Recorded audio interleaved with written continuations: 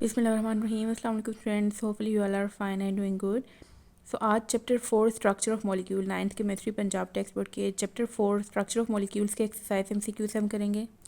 सो आप अपने बुक के पेज नंबर 72 पे आ जाएं। Starting from the number 1, atoms react with each other because atoms एक दूसरे से रिएक्ट करते हैं बिकॉज किस लिए रिएक्ट करते हैं? Because they want to attain stability attain करने के लिए, ताकि वो स्टेबल हो जाए, इसीलिए आपस में एटम्स अट्रैक्ट करते हैं और उनके बीच में इलेक्ट्रॉन शेयरिंग या ट्रांसफर ऑफ इलेक्ट्रॉन उनके बीच में होता है। ठीक है, next, an atom having 6 electron in its valence shell will achieve noble gas electronic configuration by. एक एटम है आपके पास, उसके वैलेंस शेल में 6 इलेक्ट्रॉन्स हैं। अगर उसको इलेक्ट्रॉनिक कन्फिग्रेशन जो कि नोबल गैस की इलेक्ट्रॉनिक कन्फिग्रेशन है उतनी ही अचीव करनी है, तो उसको क्या करना पड़ेगा? अच्छा, इसका मतलब ये है कि उसको स्टेबल होना है। Nobel gas electronic configuration achieve करने का मतलब ये है कि उसको स्टेबल होने के लिए क्या करना पड़ेगा? अच्छा, आप देखिए वैलेंस शेल में 6 इलेक्ट्रॉन है। स्टेबिलिटी के लिए ज़रूरी है कि लास्ट शेल में आपके पास अगर फर्स्ट के अलावा कोई शेल है तो उसमें 8 इलेक्ट्रॉन्स होना ज़रूरी है। अब यहाँ पे 6 इलेक्ट्रॉन्स है, तो इसको 8 इलेक्ट्रॉन्स करने के लिए क्या करना होगा कि 2 इलेक्ट्रॉन ये गेन करेगा। So it gains 2 electron. Number 3, considering the electronic configuration of atoms, which atom with the given atomic number will be the most stable one. अच्छा, ये आपके पास 4 एटॉमिक नंबर्स दिए हुए हैं। सपोज 4 एटम है, ये उनके एटॉमिक नंबर है। इनमें से आपने बताना है कि कौन सा स्टेबल होगा। उसके लिए अभी मैंने आपको यहाँ पे भी बताया कि स्टेबल होने के लिए सेकंड, थर्ड, फोर्थ, ये जो भी बाहर आउटरमोस्ट शेल है उसमें 8 इलेक्ट्रॉन्स होना ज़रूरी है। तो आप सपोज कर लीजिए कोई एटम है, इसके 6 एटॉमिक नंबर है, तो इसके फर्स्ट शेल में तो 2 इलेक्ट्रॉन होंगे, बाकी 4 सेकंड शेल में आ जाएंगे। क्योंकि सेकंड शेल में 8 नहीं है तो ये स्टेबल नहीं है। यहाँ पे आ जाए, इसमें से 2, 8 में से 2 तो फर्स्ट शेल में चले जाएंगे, सेकंड शेल में आपके पास 6 आ जाएंगे, तो ये भी अनस्टेबल है। यहाँ पे देखें तो इनमें से 10 में से 2 फर्स्ट शेल में हो जाएंगे और 8 सेकंड शेल में, तो इसका मतलब ये स्टेबल है। नेक्स्ट अगर आप आ जाएं तो इसमें से भी फर्स्ट शेल में 2 होंगे, नेक्स्ट शेल में 8, ये हो गए 10, रिमेनिंग जो 2 बचेंगे वो थर्ड शेल में जाएंगे, तो ये भी अनस्टेबल आपके पास आ जाएगा। सो करेक्ट ऑप्शन है सी, ऑक्टेट रूल। ऑक्टेट रूल, अच्छा ऑक्टेट में ऑक्टा का मतलब होता है 8। इसके ये जो रूल है ऑक्टेट रूल, इसके मुताबिक क्या होता है? Attaining 8 electrons. अटेनिंग 8 इलेक्ट्रॉन्स को ही ऑक्टेट रूल कहते हैं। सो डी ऑप्शन करेक्ट है। Number 5, transfer of electrons between atoms result in ionic bonding. Electron transfer of electron से जो बॉन्ड बनता है उसको हम कहते हैं आयनिक बॉन्डिंग, जबकि शेयरिंग ऑफ इलेक्ट्रॉन से जो बॉन्ड बनता है उसको हम कहते हैं covalent bonding. When an electronegative element combines with electropositive element, the type of bonding is। अच्छा, अब आपके पास एक एलिमेंट है जो इलेक्ट्रोनेगेटिव है। इलेक्ट्रोनेगेटिव एलिमेंट वो होता है जो जिसके पास एबिलिटी होती है कि वो इलेक्ट्रॉन गेन कर सके और गेन करके नेगेटिव आयन बना ले। जबकि सपोज यहाँ पे हम एग्जांपल ले लेते हैं क्लोरीन की। क्लोरीन एक इलेक्ट्रोनेगेटिव एलिमेंट है, उसके पास एबिलिटी इलेक्ट्रॉन लेके वो नेगेटिव आयन बना सकता है। दूसरा कोई इलेक्ट्रो पॉजिटिव एलिमेंट सपोज कर लें सोडियम है, वो इलेक्ट्रॉन गेन करता है और लूज़ करता है और पॉजिटिव आयन बनाता है। ठीक है, तो अब इनके बीच में कौन सा बॉन्ड बनेगा? एक पॉजिटिव आयन बन गया, एक नेगेटिव आयन बन गया, तो ये आपके पास आयनिक बॉन्ड की एग्जांपल होती है। नेक्स्ट नंबर 7 है, a bond form between 2 non metals. Non metals हमारे पास जो होते हैं ये वो एलिमेंट्स होते हैं जिनको इलेक्ट्रॉन्स चाहिए होते हैं। ठीक है, they can not lose electrons, या आप यूँ कह सकते हैं कि ये इलेक्ट्रोनेगेटिव एलिमेंट्स होते हैं, इनके पास एबिलिटी होती है कि इलेक्ट्रॉन ले सकते हैं सिर्फ। तो क्योंकि नॉन मेटल्स को इलेक्ट्रॉन चाहिए होता है, जब ये आपस में बॉन्ड बनाते हैं तो ये शेयरिंग करते हैं और शेयरिंग से हमारे पास आता है कोवलेंट बॉन्ड। ये ऑप्शन करेक्ट है। नंबर 8 है, a bond pair in covalent molecules usually have a bond pair. एक बॉन्ड पेयर में क्या होता है? 2 इलेक्ट्रॉन्स होते हैं। आ बॉन्ड पेयर मीन्स कि एक पेयर है तो 2 इलेक्ट्रॉन होंगे। 2 बॉन्ड पेयर होता है तो फिर इसका आप डबल कर लें, 4 हो जाता है। यहाँ पे एक बॉन्ड पेयर का पूछा हुआ है तो यहाँ पे सिर्फ 2 इलेक्ट्रॉन्स होंगे, 2 इलेक्ट्रॉन्स। नेक्स्ट आ जाए पेज पे 73। MCQ नंबर 9 है, which of the following compounds is not directional in its bonding. Non directional compound कौन सा होता है? ये आयनिक कंपाउंड्स को कहते हैं हम। यहाँ पे आयनिक कंपाउंड एक ही है KBr, बाकी ये सब जो है ये कोवलेंट कंपाउंड्स हैं। Number 10, ice floats on water because water is denser then ice.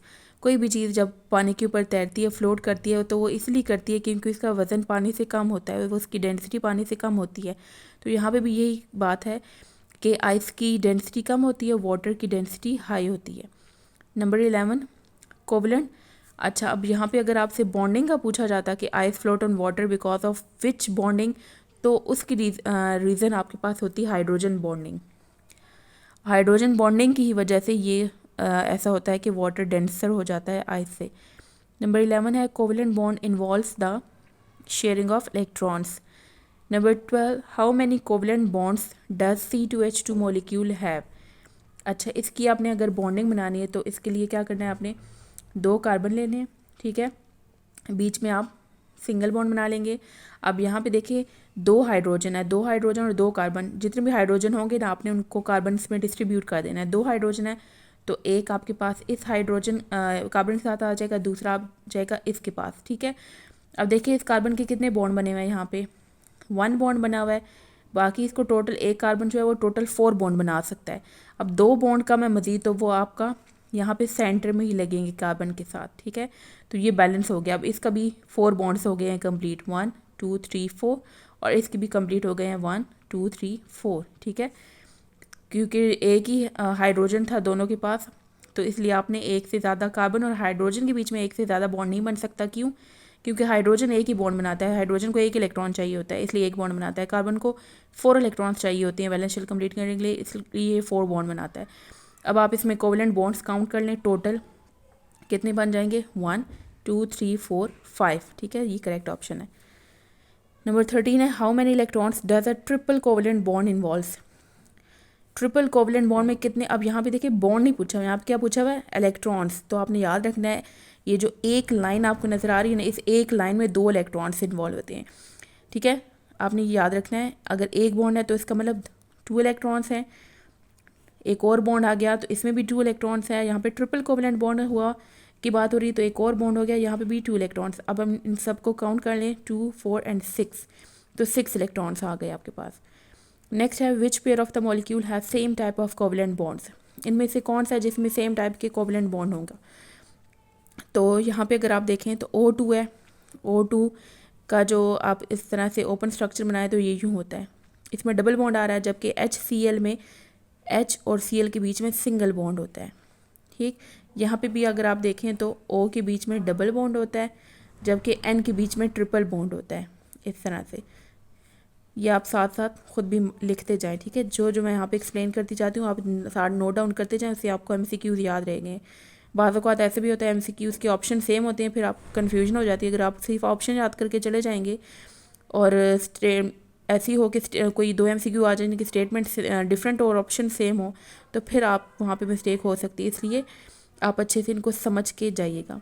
Next आ जाए ये O2 डबल बॉन्ड, और ये वाली एग्जांपल अभी मैंने आपको ऊपर करवाई है। यहाँ पे इसमें आप देख सकते हैं कि बीच में कार्बन के बीच में ट्रिपल बॉन्ड आ रहा है। तो ये जितने भी अभी मैंने आपको एग्जांपल करवाई हैं इनमें से किसी की भी सेम बॉन्डिंग नहीं हो रही। यहाँ पे डबल है तो यहाँ पे सिंगल, ये डबल है तो ये ट्रिपल, ये डबल है तो ये triple.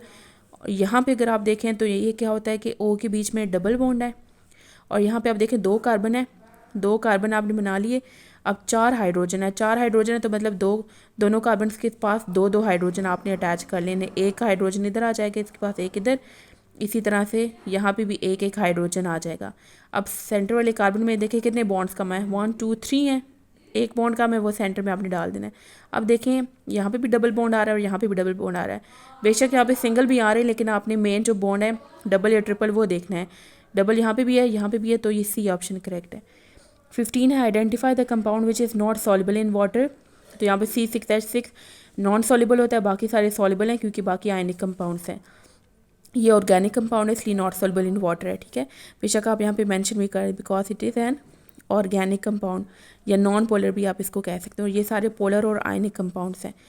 Which one of the following is an electron deficient molecule. इनमें से कौन सा इलेक्ट्रॉन डेफिशिएंट मॉलिक्यूल है जिसको इलेक्ट्रॉन चाहिए होता है। तो इसमें हमारे पास BF3 है जिसमें बोरॉन इलेक्ट्रॉन डेफिशिएंट होता है, जबकि NH3 N2 और O2 ये कोई भी इनमें से इलेक्ट्रॉन डेफिशिएंट नहीं है हमारे पास। नंबर 17 है identify which pair has polar covalent bond. Polar covalent bond किस में होते हैं, पोलर मीन्स के जिसमें इस तरह से पोल, जैसे कि अगर आप H2O की बात करें तो इसमें से H2O में इस तरह से अगर इसका स्ट्रक्चर बनाएं तो ये नेगेटिवली चार्ज होता है, ये पार्शियल पॉजिटिवली चार्ज है, ये पोलर मॉलिक्यूल है। इसी तरह से HCl में अगर आप देखें तो HCl में हाइड्रोजन पार्शली पॉजिटिवली चार्ज और क्लोरीन पार्शल नेगेटिव चार्ज है, तो ये दोनों ही पोलर आपके पास आ जाएंगे एग्जांपल, ठीक। जबकि यहाँ पे देखें ये दोनों ही नॉन पोलर हैं, इसमें ये पोलर है लेकिन ये नॉन पोलर है, इसमें ये पोलर बट ये नॉन पोलर है। सो डी ऑप्शन करेक्ट है। नंबर 18 है, which one of the following is the weakest forces among the atoms. सबसे इनमें से जो वीक फोर्सेस हैं वो इंटरमोलिकुलर फोर्सेस हैं। तो यहाँ पे आपका ये MCQs कंप्लीट हो गए इस चैप्टर के। वीडियो अगर अच्छी लगी हो तो इसको लाइक शेयर सब्सक्राइब लाजमी कीजिएगा, चैनल को सब्सक्राइब कीजिएगा, इसको आप अपने फ्रेंड्स के साथ लाजमी शेयर कीजिएगा और अच्छे से कमेंट भी लाजमी कीजिएगा कि आपको टॉपिक समझ आया ही नहीं। सो सी यू नेक्स्ट टाइम, अल्लाह हाफिज़।